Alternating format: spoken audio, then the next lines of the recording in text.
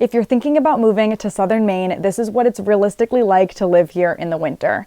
Let's get into it. By the way, my name's Margaret. I'm a local real estate agent, and if you have any questions about the video or about living in southern Maine in the wintertime, feel free to reach out. All of our information is down below, along with a free relocation guide that's linked below as well. So the first and most obvious thing I want to talk about today is the weather.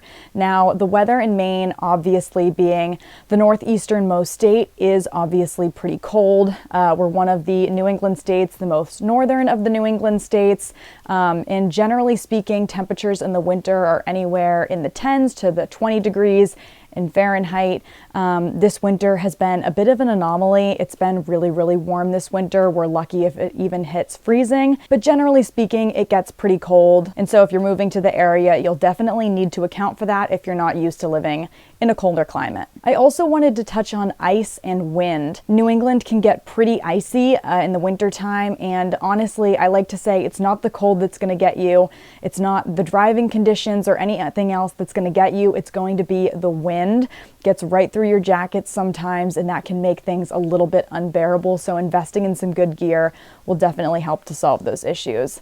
I also wanted to touch on like storms and snowstorms, schools shutting down for the day, snow days.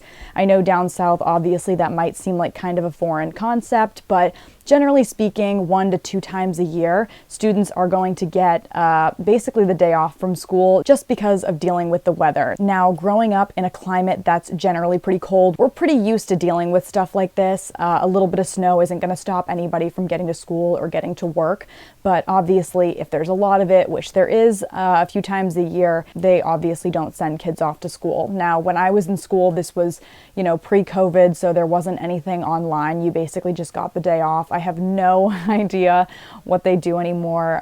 Maybe learning's remote, but generally speaking, you used to get the day off. You do have to account for if you have kids, you might have to take the day off and or plan on your kids being home from school at least a couple times a year and dealing with all of the snow. I know for a lot of my out-of-state clients, a big concern is learning to drive in the winter.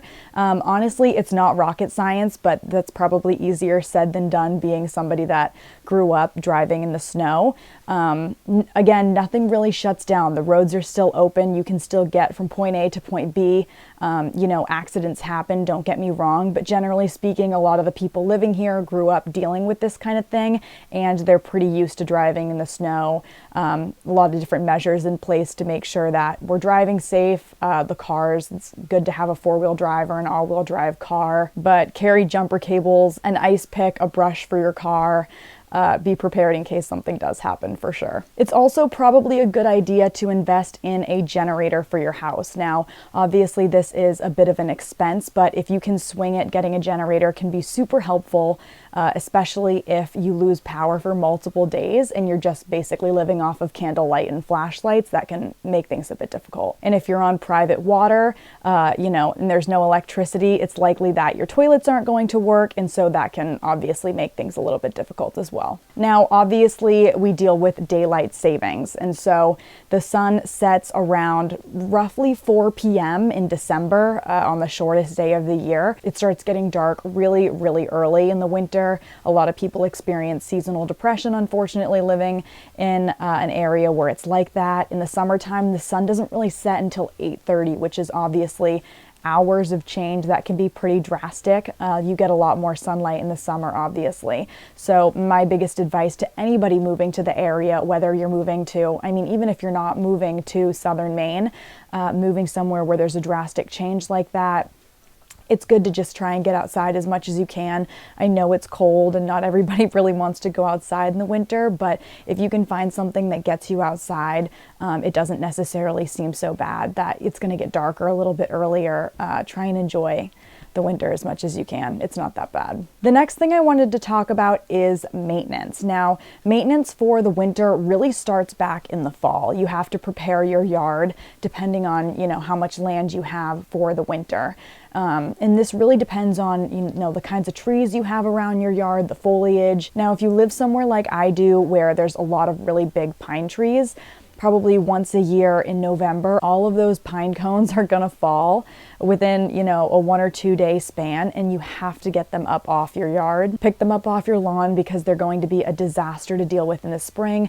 Get them off your driveway because if you don't hire someone to plow and you're snow blowing your driveway, things could get stuck in your snow blower and break your snow blower, which would obviously not be fun to deal with in the middle of a snowstorm.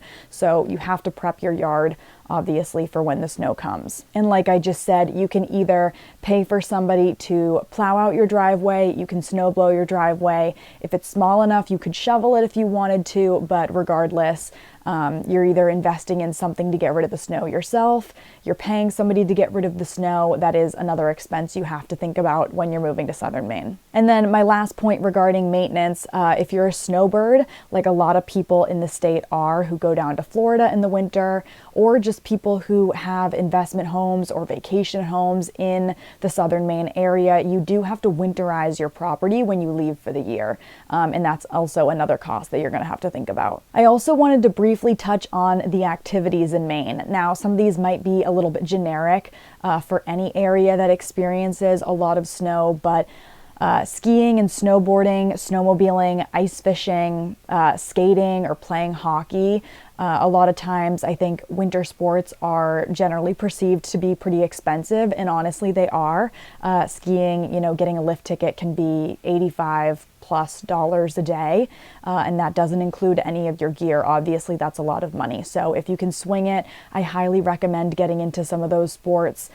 Just something to get you outside in the winter. Honestly, if you find something every season that gets you excited about it, experiencing the cold winters doesn't really seem all that bad at all. In fact, it's kind of exciting. But also, you know, it's a lot of money to go skiing or to go snowmobiling or snowboarding. So if you're looking for something on a budget, ice skating, you can rent skates.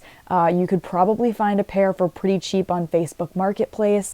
Pond hockey, you can find a free ice rink, like there's one in Kennebunk that you could go to. There's definitely options, snowshoeing, even just going for a walk on the beach in the winter, just something to get you outside and get you enjoying the outdoors a little bit. Makes the winter a lot more fun, and you're getting outside a little bit, getting more vitamin D. A lot of people who live in New England are deficient in vitamin D because they're not getting outside enough because it's cold for a lot of the year. And the last thing I wanted to talk about is investing in good snow gear, good winter boots, a nice warm jacket. Anybody who knows me knows that I am chronically freezing cold.